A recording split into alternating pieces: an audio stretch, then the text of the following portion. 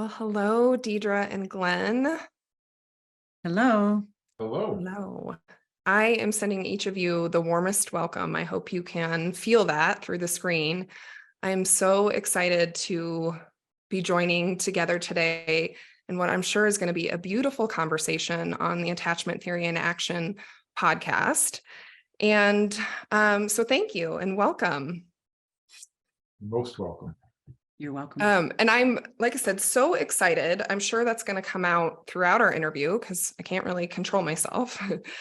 But first and foremost, this is my first interview as the new host of the podcast. So that's still really surreal to me. And, secondly, to be sitting here with both of you who, the circle of security has been so impactful and transformational in my own work, both personally and professionally. So to, be having this interview with both of you is really just beyond words. And honestly, I couldn't think of a more fitting first interview. So we're going to get into all of the fun stuff about Circle of Security. But before we do that, I would love for our listeners to hear a little bit more about each of you, maybe beyond the stuff that they can Google. So I would invite each of you to share an important attachment memory that has been really, influential in who you are and your work. So Glen, can I start with you? Absolutely. It's an interesting question. I often think, how did I get mixed up in this business, right? We have, Bert and Kent and I have a mentor, a colleague, a friend in Spokane by the name of Dr. Deidre, and he's been very influential in the circle of security work.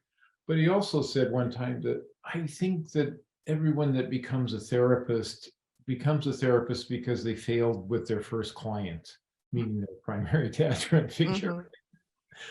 So for me, I don't think I came to this because I have these wonderful, warm, glowing memories of secure attachment growing up. I think I came to this trying to figure out what was missing, what I was longing for, what I needed. And those answers came through a number of places, and probably primarily when I met Christine. A whole world opened up that I don't think I had ever experienced. And then we had our children, and that was a whole nother world that opened up. And then a few years later, as we started studying attachment theory, the pieces kind of came together. So I don't know if that answers your question, but that's what came to mind when you asked. Yeah, well, it's always a lifelong journey. And I have a dear colleague who says it's all about who loved you or who didn't love you enough. That is, that comes to our work and comes to our adult relationships too, where we do more of that healing. So yeah, thank you, Glen. What about you, Deidre?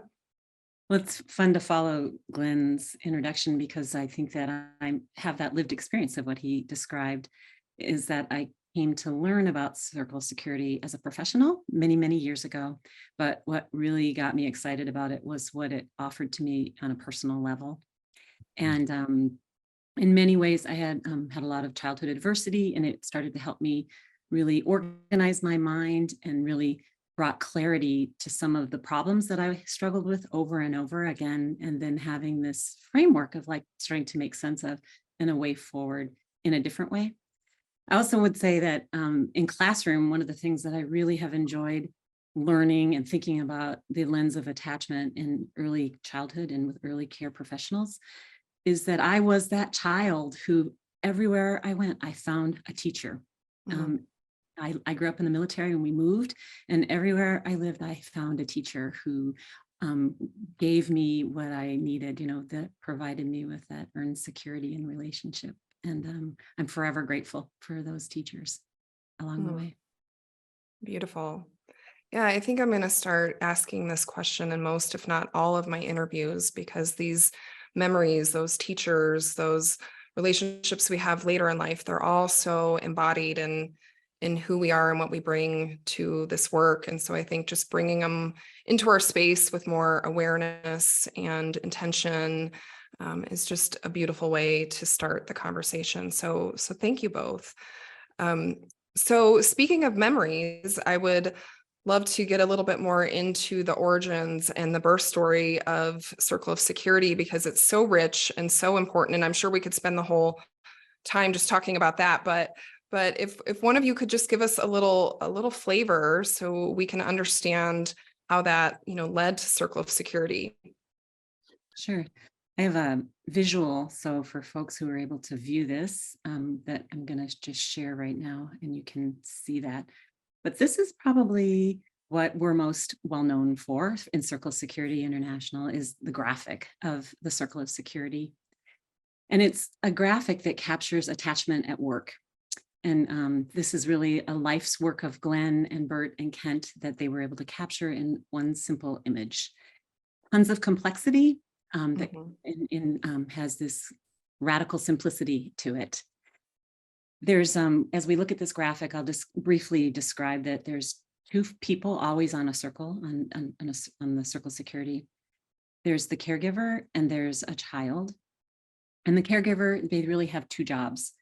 They're helping the child to explore and grow up, to have to grow up to be autonomous humans and to be learn. And then the other part of it is that they are able to provide the needed safety and security whenever necessary for them to learn.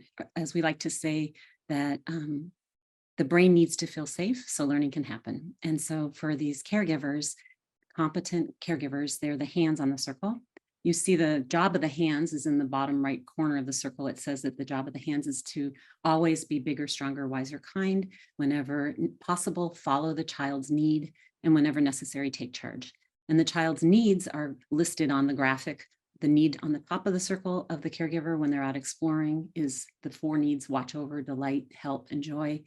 The need on the bottom of the circle for safe haven hands: welcome in the child and protect, comfort, delight, organize. And so this has become, this has circled the globe, and this graphic has been translated into tens of dozens of different languages around the world, and has really resonated with people all around the world. Do you want to add any more about that, Glen? Yeah, it's interesting because this is the final product, and I was just thinking as you were talking about this, all the moments that happened to get that circle to be what it is. And I liked your phrase of radical simplicity, because it's not simplistic. I think there's a lot of complexity, and then on the other side of all that complexity, it started to take shape in a very intuitive way. But Bert and Kent and I spent years doing this. I met Kent, I think in 1976. I was working at the Catholic Worker in downtown LA. We were providing food and clothing and medical care for homeless people, and he joined that community. Later, I moved to Spokane and met Bert because Christine and I had become foster parents, and Bert was doing some of the training for the foster parents. Another year or so later, Kent moved to Spokane, and Bert and Kent and I became Bert and Kent and I. We connected somehow, mostly through studying together. We started out studying family therapy, and a lot of Circle of Security has this foundation of tracking family process and understanding family structures and needs within the family. And at some point, we started to realize we didn't have a theory of personality, that especially in those days, family therapists really were pushing back against the more analytic folks and denying that personality existed. You were whatever you were in whatever context you were.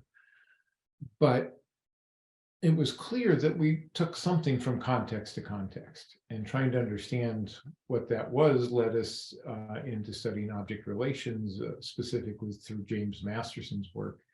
And so we spent a number of years tracking individual personality structures and defenses. But that didn't offer us much help in understanding how personality develops. I just could never quite buy into the Oedipal complex and the castration anxieties and all this stuff. I didn't see it because I was spending a lot of time with children. And Kent got interested in early intervention, and he kind of drug us in, especially me, kind of kicking and screaming, because I thought, I'm never going to use that.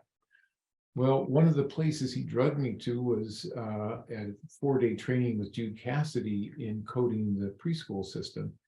And about 10 minutes into it, my jaw dropped, my eyes were wide, and I thought, oh my gosh, there is so much specificity here that we need so badly. And I think the same thing was happening. I didn't turn my head to look at Bert and Kent, but I'm pretty sure they had the same facial expression. Oh my gosh, we need this. And immediately in the first day, we were saying to Jude, how is this being used? What's the clinical application? And as a rigorous researcher, she said, well, really more research is indicated. And I said, no, it's not. We need this now. Mm-hmm. We spent probably 2 years with her, studying with her and trying to learn attachment theory. And then we started trying to apply it to clinical work. And over a process of about 10 years, the circle of security began to emerge and took off from there. Yeah. If you look carefully, you'll see ingredients of the object relations and family systems embedded in all the attachment theory as well. Yeah, the origins of this are so rich and have so many important influences.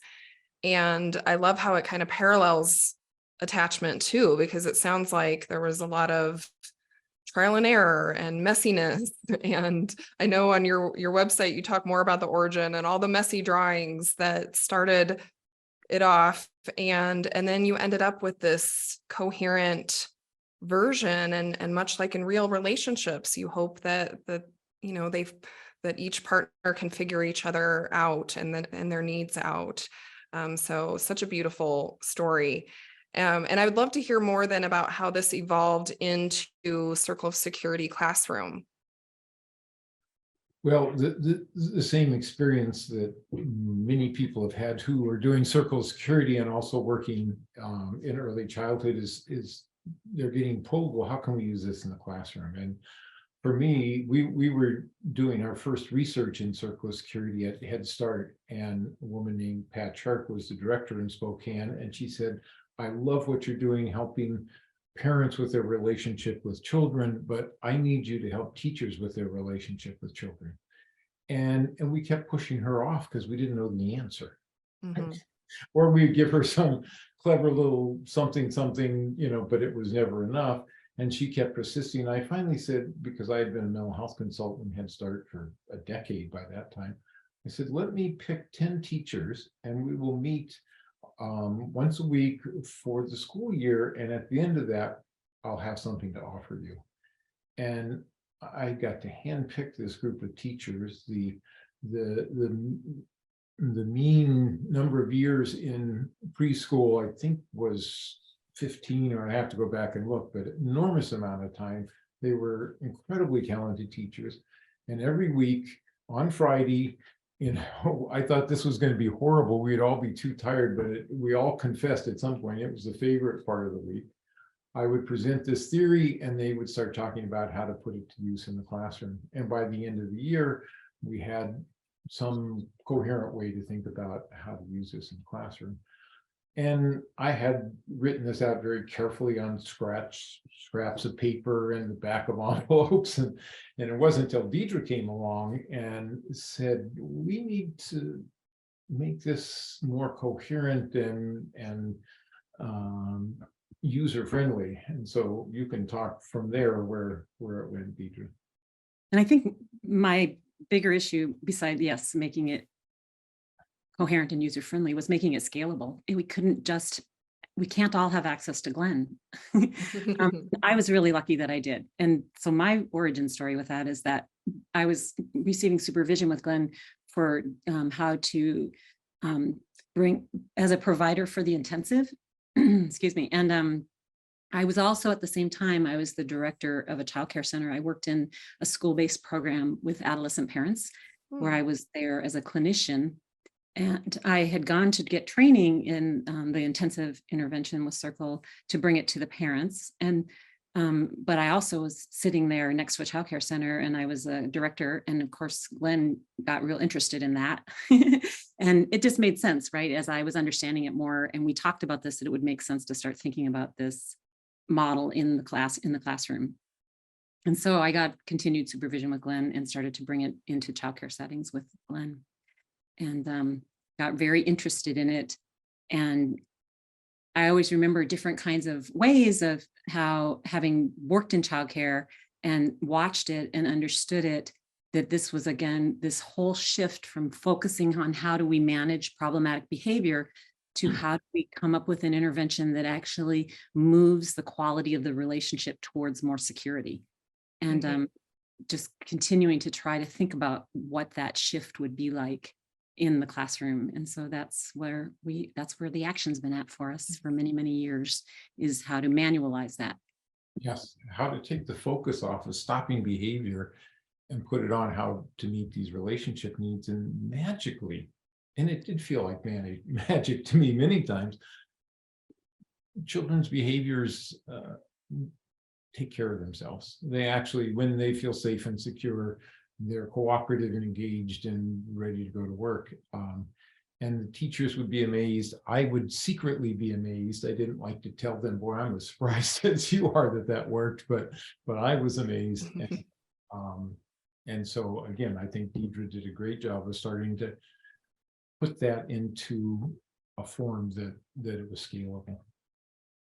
Yeah, and I think not only the children's behavior may change, because if they're feeling safe and secure, they're able to more directly express their needs, but also the caregivers' behavior changes because they're able to see their needs more clearly as not some sort of reflection of this child is just trying to push my button or ruin my day, but that they can see their needs more clearly and think about where that child is on the circle. So this all just resonates so deeply, because when I went through the training with you, Glen and Kent in Chicago many years ago, I said the same thing. I was working as a mental health consultant, and we have to get this to teachers, because these are also represent these primary caregiving relationships and attachment figures that young children and children throughout the lifespan have. And so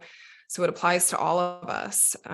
So glad that now that's been formalized and you're continuing to do some really cool stuff with Classroom, Diedre, and we can talk more about that at the end too, for people who want to learn more. And I know you're doing some coaching with all of that too. So exciting. But to go back to the circle of security itself and the visual, I would like to hear more, and I'm sure our listeners would too, about what about that makes it so relatable, like really stuck. And I heard you say that too, Deidre, like when you went through the training, it's like it just sticks, it lands in a way that as much as we may or may not have learned about attachment, whether that's formally or informally, there's something about this that really lands in such a powerful way. What do you think that is? I mean, it's such a good question. And I was really resonating with Glen's story too, because I had done, training in infant mental health, and I had done training in the attachment classification system at the University of Minnesota with Alan Srofe and Betty Carlson. And when I arrived there then to take the intensive training in the circle, I thought I knew a lot about attachment, but it was just like, there's something that I actually, when I train in it now, I always start by saying that we're all experts. We all have expertise in attachment. We all have intuitive knowing. And I think that's part of why when people get a hold of this, we can all resonate with it, with, again, the simplicity of it, because it activates in us this wisdom that we all carry in us, because attachment's intuitive, right? Mm-hmm. Well, and I also think there is some anti-attachment propaganda in my training. You know, with the Masterson work, the focus was on individuation and separation, and that was not unusual in family therapy. How do you rise above your need for your family? And I think I have this theory. I have absolutely no evidence for it, but because much of the psychological writing and research was done by men, it was pretty attachment, right? It's how do we become this actualized self and all this.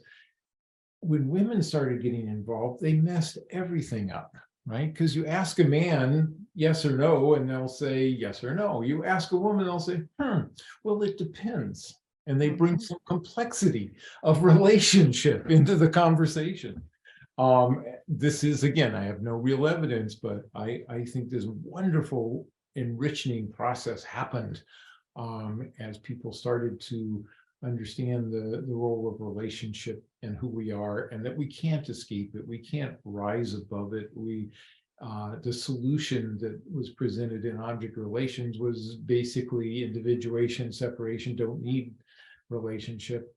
Bowlby and Ainsworth had a different solution. They said, yes, you need relationship, and how do you nurture secure, healthy relationships? So I think, back to talking to preschool and childcare, that most people get involved in that world because they really care about children.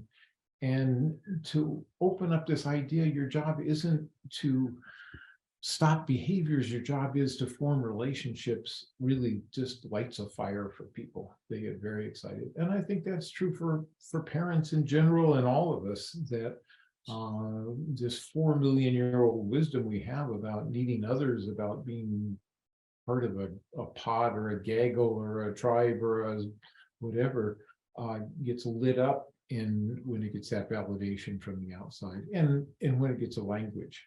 Right, we know it. We just don't know we know it until we have some language for it. As well.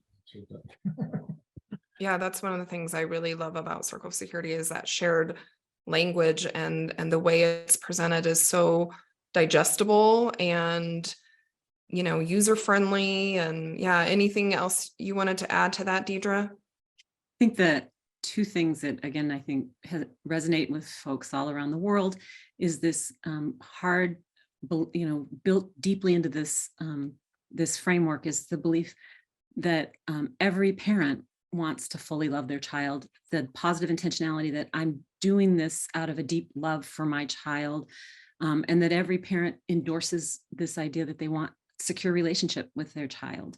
And and to that end, the circle doesn't come in with, I'm going to tell you how to do 1, 2, 3, 4 steps to do this.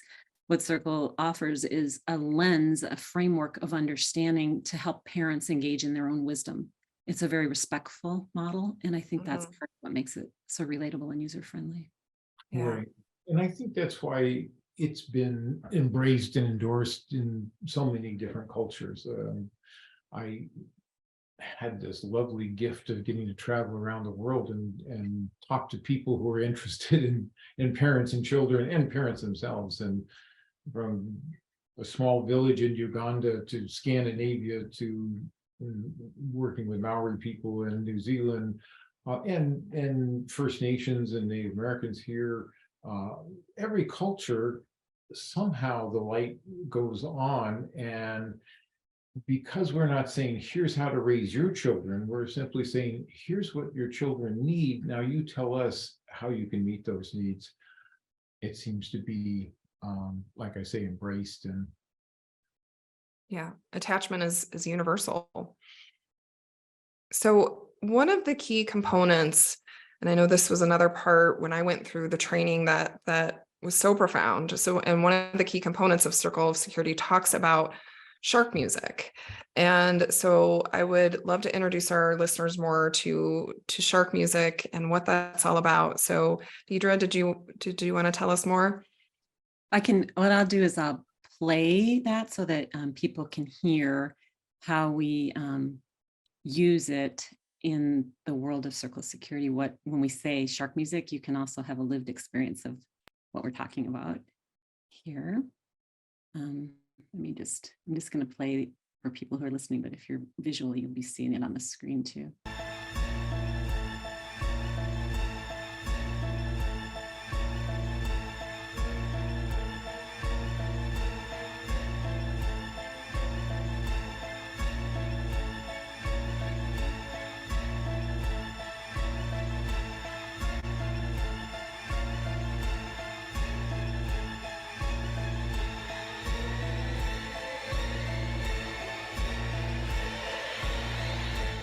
Did you notice? There you go. So Glenn, I think you want to start first with maybe the origin story of how you came up with shark music. But this was Kent's brainchild. And part of the reason that Bert and Kent and I work so well together is I think we see the world very differently. And Kent sees it much more in images and poetry. And, I think Bert and I tend to be more analytical. So he was trying to express his thinking about developmental arrest, that we had developed certain personality traits within the 18 to 23 months based on the rapprochement phase. And he was saying, I don't think so. I think that children grow up in these waters of their parents' function and dysfunction, and they swim in those waters the whole time. And if those waters are calm and peaceful, you grow up very differently than if they're very frightening. And to illustrate this, he had this video of beautiful ocean it was a kind of a relaxation tape, just lovely music in the background. And then he compared it to that very same video with the theme from Jaws playing in the background. And it is astounding, right? The emotional impact is going from to oh my gosh, right? And so he's saying that kids are swimming with the sharks. They build these defensive programs not in a certain phase of development. And the analytical people that he shared this with said, that's very interesting, but no, it's all about developmental arrest and stages. He was kind of devastated. He's like, Bert and I fell off our chair. We thought this was so amazing. And I began using it specifically that parents are sometimes afraid of meeting needs that are safe to meet. They hear sharp music about sadness or anger or closeness or separation, whatever. And so they don't meet those needs.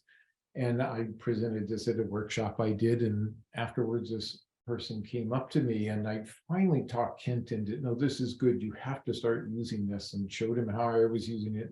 So he started using it. Well, this fellow came up in the workshop and said, do you know who Kent Hoffman is? I said, it depends. Does he owe you money? And the guy goes, no, I just wanted you to know I saw a workshop he did and he's using your tape. So I love that. And I keep claiming, no, that was my tape, Kent, and you stole it from me. But the truth is we stole it from Kent. And it took a number of years to kind of, because it's such a great metaphor for so many things, get it down to this distinct idea that shark music is what we hear when we're afraid of something that's safe. Beautiful explanation. Yeah. Deidre, did you have more you wanted to throw in the hopper here? I just about the idea of being afraid of something that isn't dangerous. For me, that was kind of that pivotal moment of the shift from being there as a professional to being there as a personal, personally learning, like helping me like, oh, this is what my anxiety is about. I can now, understand what's happening, that it's something that's from the past that's causing me in the present to be anxious, that it's not really happening in this moment right now. And I just can't update my information until I become aware of it. So as I became aware of it, I could shift that. And this is the thing that I see happen for folks over and over and over again. Yeah, once you can give it a name, you can disidentify a bit. When it's right here, it feels like it's you. When you give it a name, it feels like it's yours, but you can make some choices about it. And we talk a lot about that choice point.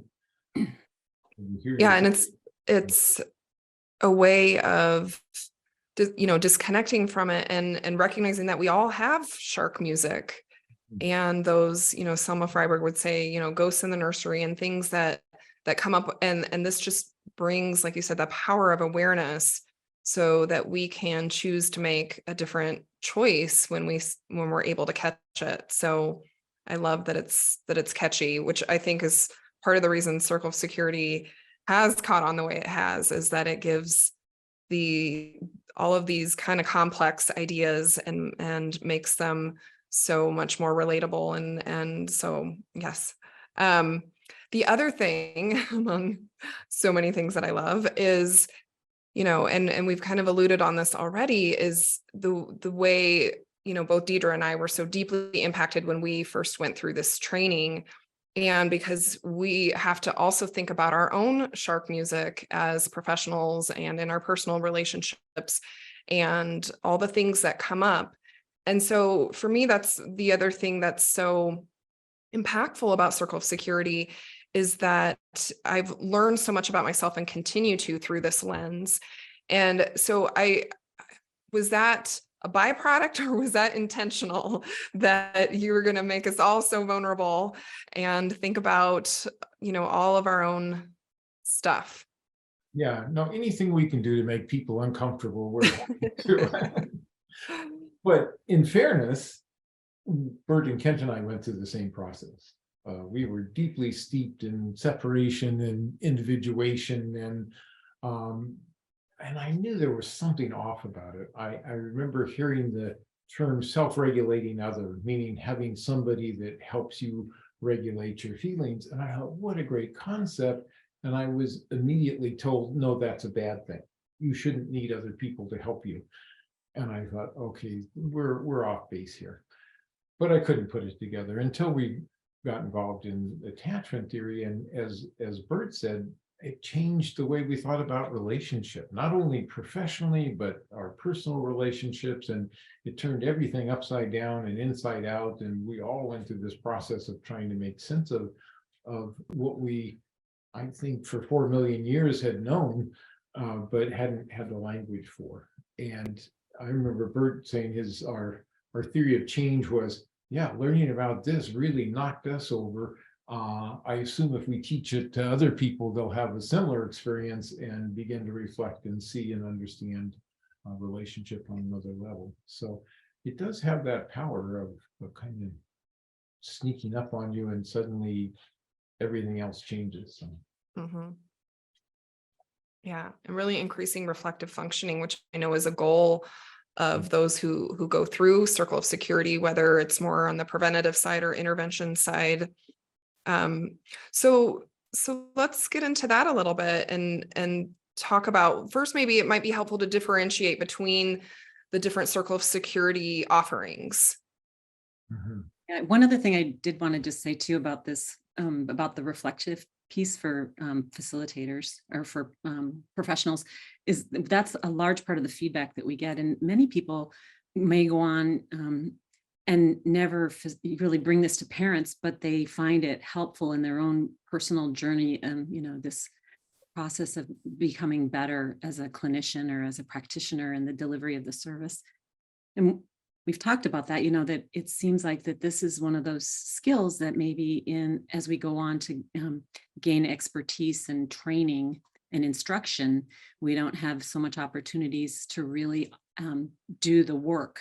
Mm-hmm. And this really gives us opportunities to really work on some of those soft skills that we need to deliver, the curriculum or deliver the intervention, the way of being of someone as we bring a lens to them. And I think that's part of what really resonates with professionals when they introduced to this. But with that said, we some of the different kind of ways that Circle Security is being used and some of the different interventions now is the original, which was the Circle Security Intensive.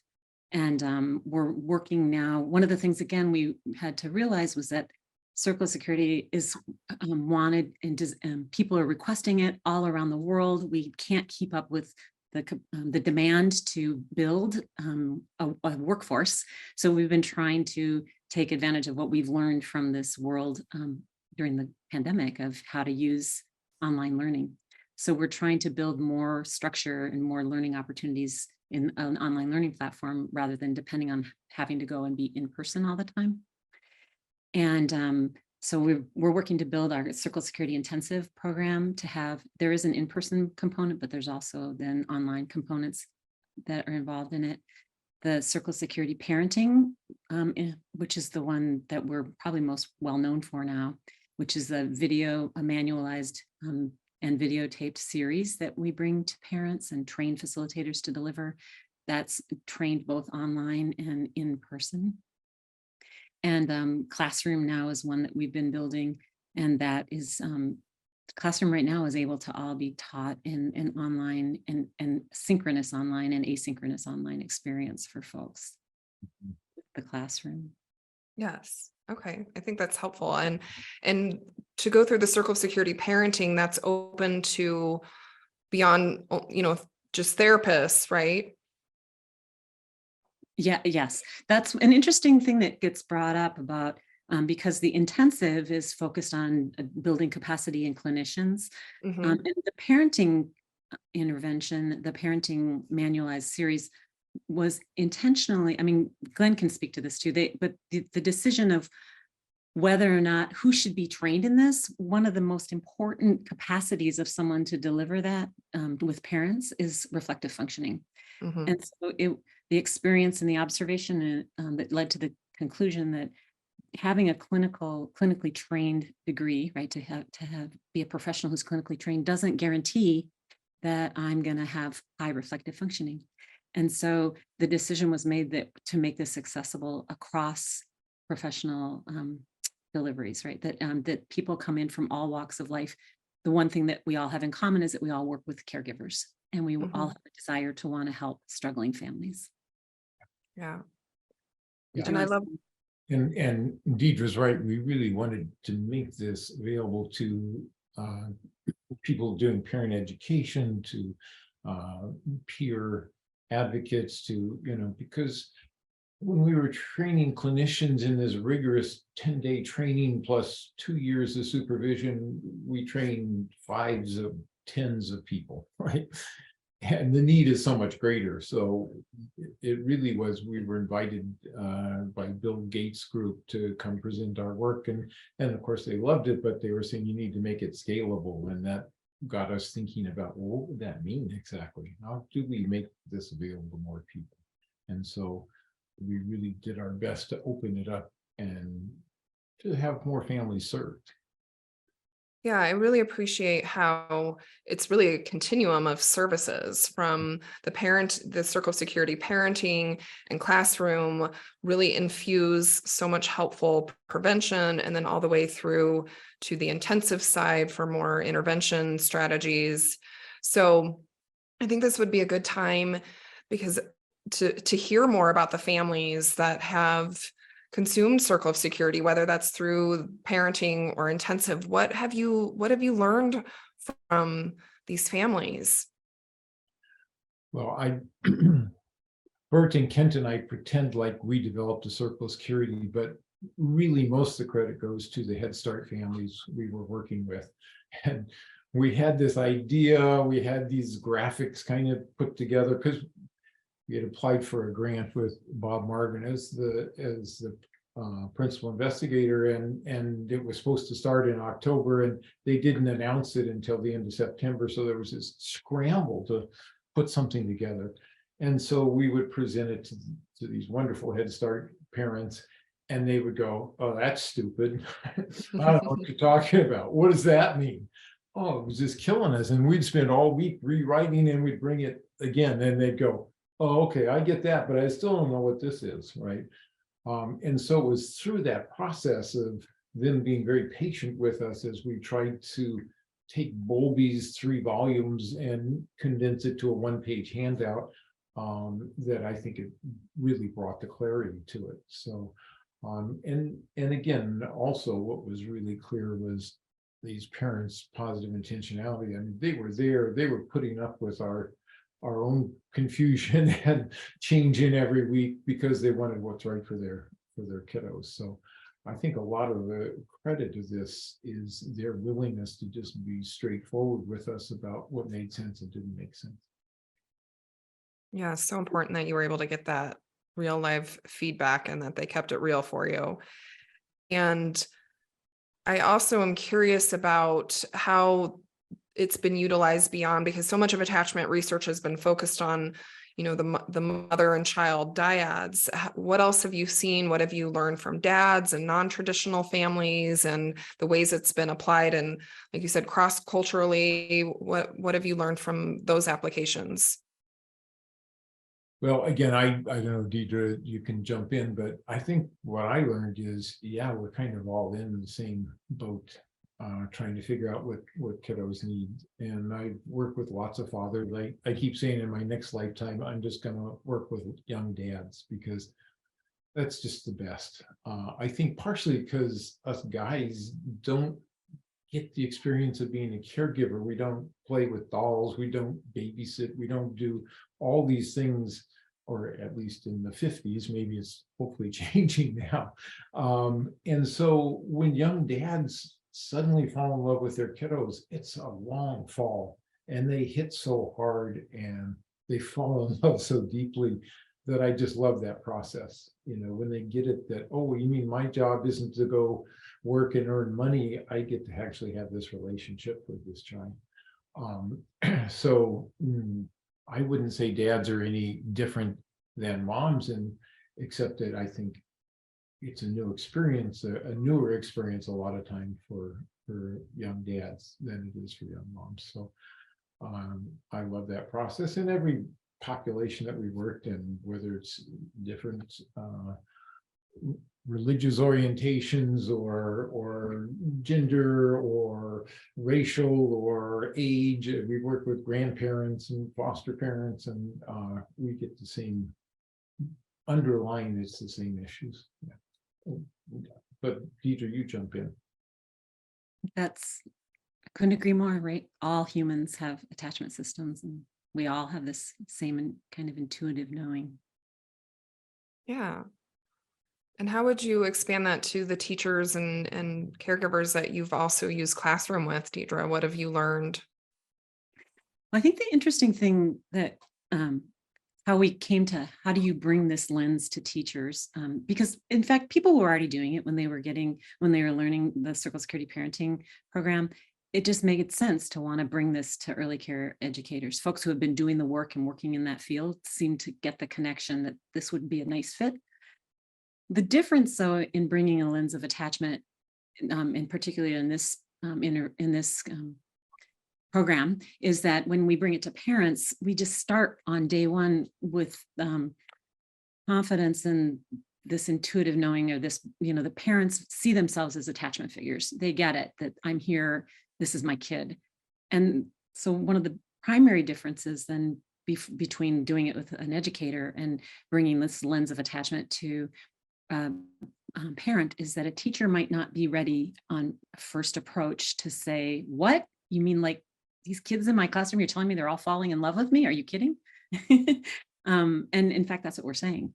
Mm-hmm. And so that one of the things that I did early on of how do we bring this program to educators was I watched video for a few years of different people facilitating with teachers to try to see these patterns of where it was getting stuck, where we needed to add more to help it land and work for teachers. So one of the things that we knew right off the bat that we had to do was we had to find I'm looking for it right now. We had to find a handout that would resonate with teachers, because what we were showing them, the parent circle, they would say, well, if all I had was one child on my circle, and then my life would be terrific. But this is not the experience of any teacher, to have one child on their circle. So I remember the first time when we were playing around with how do we have a graphic to capture the teacher's experience, and we were playing around with this, and I was doing a workshop and with a group of folks, and I shared this handout, and there was an early care educator in the room. Her eyes got teary-eyed, and she said, this just makes me want to cry, because this is it. This is my world. And no one seems to get it. And this captures what it's like in my world. So that was one of the first things we wanted to do, was have visual aids that were more appropriate to the world of an early care educator. Anything else? Do you have the other graphic? Because this is basically a teacher that has all securely attached children in their classroom. Do you happen to have that other graphic handy? I don't have it handy, but I can find it if you want to share a little bit about that while I get it. Yeah, because exactly, teachers would say that's great because they're used to often 18 children, put me one-on-one with a child, and that's easy peasy. And then I think Deidre, was your idea to come up with this graphic, and it really opened teachers' eyes to, oh my gosh, this is a huge job. And I used to see this in the classroom. I remember talking to a teacher about something I was a mental health consultant, and 3 different children came up, needed something from her. She stopped, she met whatever that need was, and at the end I said, it's wonderful to watch all these circles. And she said, what circles? She just commented all the time. So this is when you start adding in children that struggle with coming in, and children that struggle with going out, and children that are just kind of stuck someplace in the middle and can't come in or out. And I think this really captures, at least the Head Start classrooms that I worked in, roughly 60% of the kiddos had disorganized attachments, and it looked a lot more like this. Mm-hmm. Interestingly to me, as we work with teachers with this, their depression levels got better, their motivation got better, their enjoyment of their job got better, because it kind of made sense. Yeah, that was the same thing that was happening when I was doing the work too, was we saw staff turnover, reduction in staff turnover, reduction in family turnover, and reduction in incident reports and stuff, things like that. Just all these things, as when children are in the presence of competent hands, it's calming for them.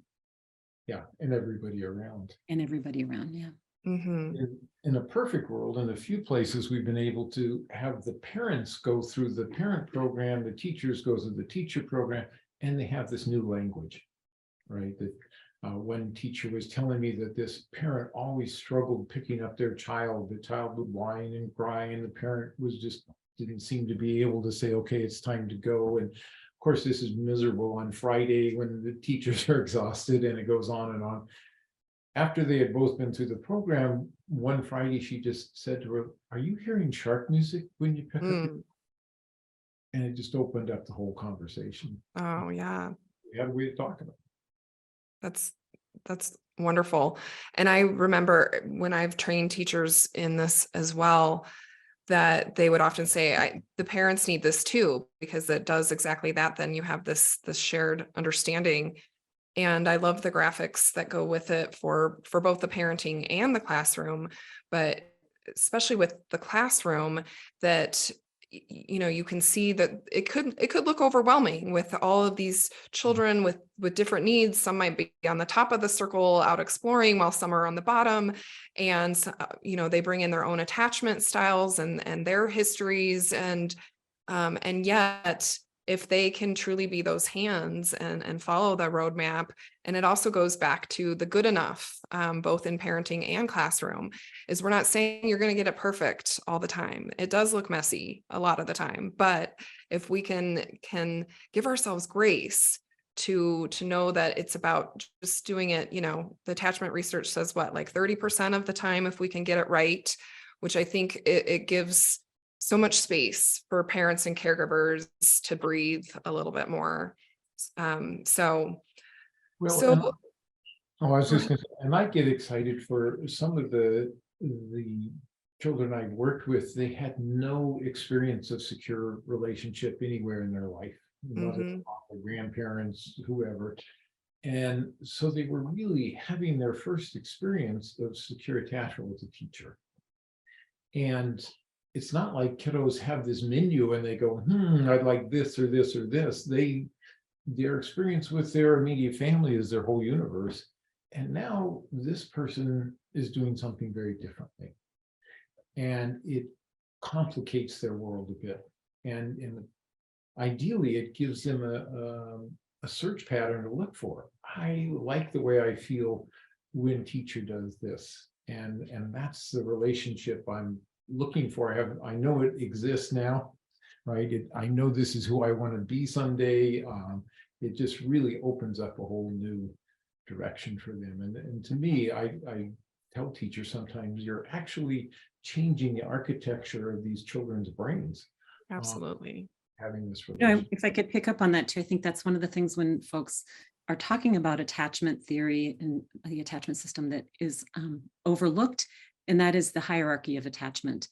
And that we know that children are capable of more than one attachment relationship. And yet so often when we talk about attachment, we talk about the primary caregiver. But in fact, children have the capacity for more than one attachment relationship, more than two, more than three, more than four.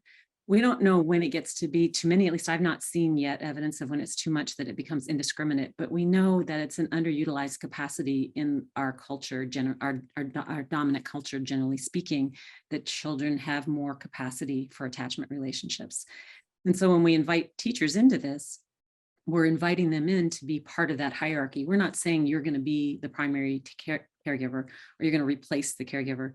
But it's when that child, when that number one person isn't available, they need to know that there is someone that they can turn to who's available. And we want that teacher, we want the educator to become in that hierarchy, right, of being of availability to the child. And as Glen then says, it's protective then, because now I have this way of being in relationship with this person, and now this is another way to be in a relationship, and here's another. And so when I go forward into future classrooms, I now can say, well, I know that I'm going to see what kind of a relationship this person offers. And I have different ways I can show up and be with a person in relationship now that I have these different lived experiences, right, that are in me. Yeah. And we heard that in your earlier memory share, Deidre, how powerful that was for you. Yeah. So where can our listeners go, whether they're professionals or parents, to learn more? You guys shared some beautiful visuals that I know are available on your website. So we'll make sure to link your website in the show notes. So what else can they learn? Where can they go? So they can go to circlesecurityinternational.com. And if they go there and there's on the tab on top, there's it's called Learn More. And if you go there, you can find a whole column that talks about the Circle Security in the Classroom approach. They can learn more about the Circle Security parenting. They can learn more about the intensive. They can learn more about each of those things. I also want to give a shout out because we're excited now. If they go to our website, they can also learn more about a new book that's been recently released. And it's kind of a fun origin story. Glen, do you want to share the origin story of the book? Well, this actually came out of a conversation with a woman in Sydney, Australia, Robin Dolby, and we were talking about classroom, and I was talking about how when I watch children in the morning and their parents are bringing them to childcare, they seem lost for a bit. Right. And they have to figure out, how do I integrate myself into the classroom? And this happens every morning. It doesn't matter if you've been there for a week or the entire year, this got to do it. And it kind of reminded me of being in high school, and for some reason you're late getting to the cafeteria and you're desperately looking around for somebody to sit with, right? Because you have to get in somehow. And I said, it reminds me of if the parent is in a rowboat and they're dropping the child off at the dock, the child's got to make that step where they're 1 foot on the boat and 1 foot on the dock. And that's a very vulnerable place. And they have to somehow make the leap. And Robin loved this, and she started working with this idea with teachers and helping them do some handoff in the morning, some way to say welcome aboard or whatever. And so that's kind of where this came from, is how do we formalize this and help teachers first see that this is an issue for children, and second, how do we help children make that big step? And we came up with the script, but it was a little bit hard to get teachers to tell parents, here's what I want you to do. And so Diedre came up with this idea of the book. So you tell them about that, Deidre.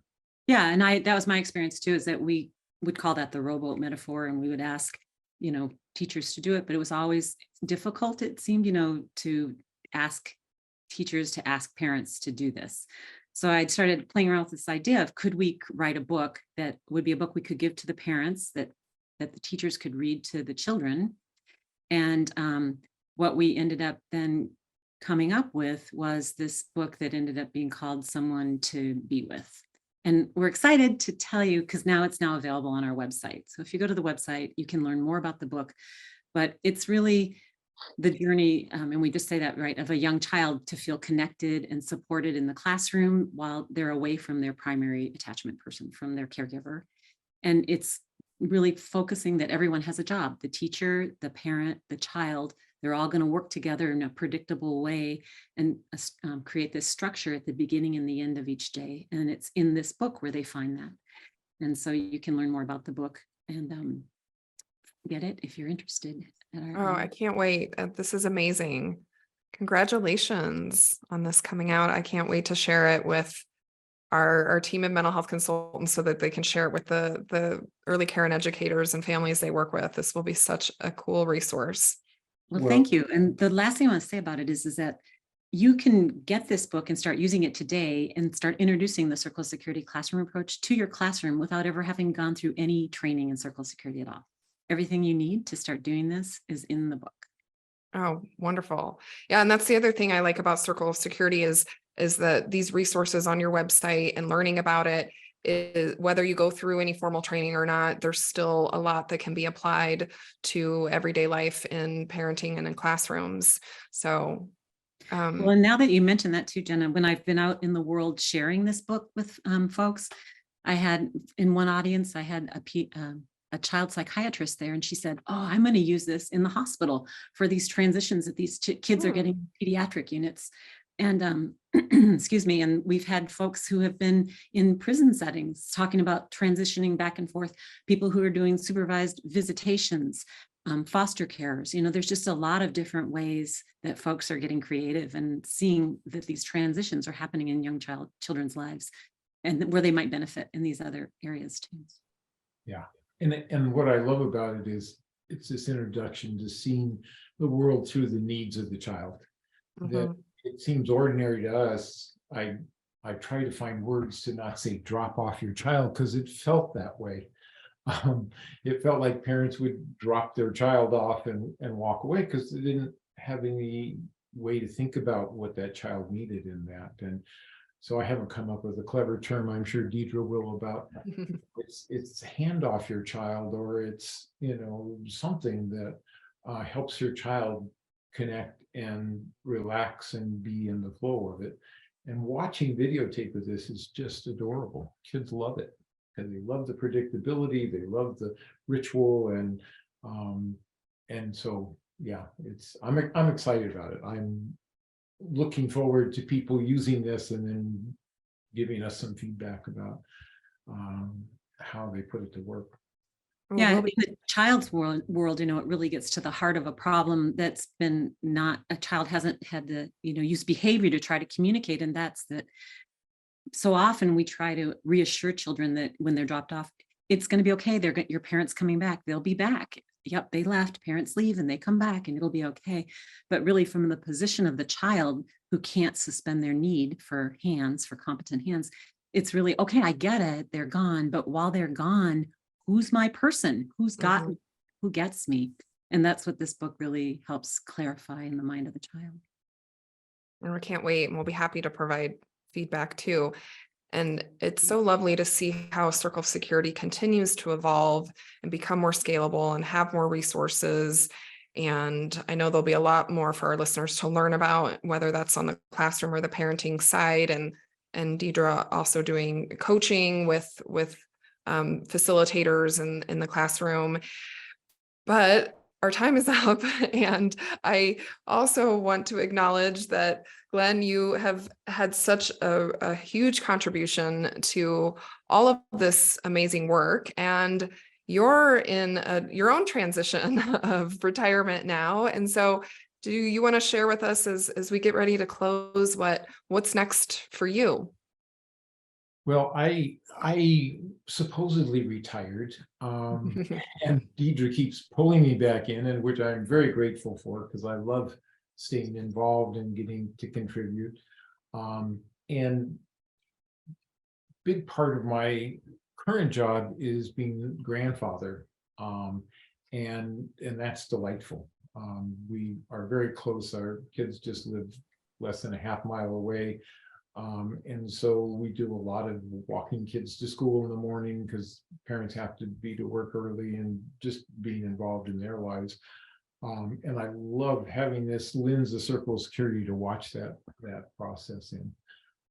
Now that it feels a little safer to get out in the community, I'm hoping to kind of go back to the hands-on working with either parents or foster parents or teachers doing some of the 8-week classes, and we'll see if I can pull that off or not, but that would be very fun. You'd be so lucky to have you. Yes, because one of our focuses into the future of what next is we want to create a classroom video series specifically for using circle security in the classroom. And so we are hoping that if Glen gets on board, we'll be able to use some video of him doing the work.